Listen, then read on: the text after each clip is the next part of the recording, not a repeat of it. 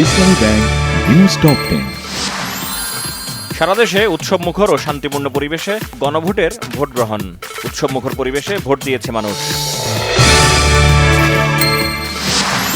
Gulshan model school and college কেন্দ্রে vote দিয়েছেন প্রধান উপদেষ্টা ডক্টর মোহাম্মদ ইউনূস। বললেন, নির্বাচনের মধ্য দিয়ে দুঃস্বপ্নের অবসান হয়েছে। BNP chairman Tarique Rahman vote দিয়েছেন গুলশান মডেল স্কুলে। বললেন, মানুষের ভোটাধিকার প্রয়োগ করলে যে কোনো ষড়যন্ত্র রুখে দেওয়া সম্ভব। ভোটের মাধ্যমে সরকার গঠনে আশাবাদী জামাত।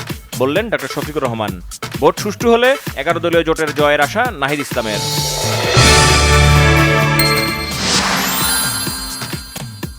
এই ভোটই নির্ধারণ করবে আগামী দিনে বাংলাদেশের রাজনীতি কোন পথে অগ্রসর হবে। ঠাকুরগাঁয়ে ভোট দেওয়ার পর বললেন বিএনপি মহাসচিব মির্জা ফখরুল ইসলাম আলমগীর।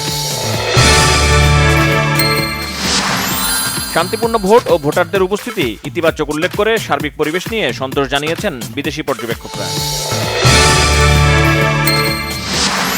আদমজী ক্যান্টনমেন্ট কলেজে ভোট দিয়েছেন সেনাবাহিনী প্রধান জেনারেল ওয়াকারুজ্জামান।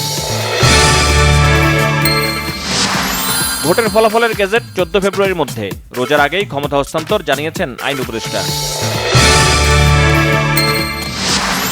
আন্তর্জাতিক মিডিয়াতেও গুরুত্ব পাচ্ছে বাংলাদেশের জাতীয় নির্বাচন ও গণভোটের খবর। টি-20 বিশ্বকাপে লঙ্কান ঝড়ে এলোমেলো ওমান। গ্রুপ বি এর ম্যাচে ওমানকে 105 রানে হারিয়েছে শ্রীলঙ্কা।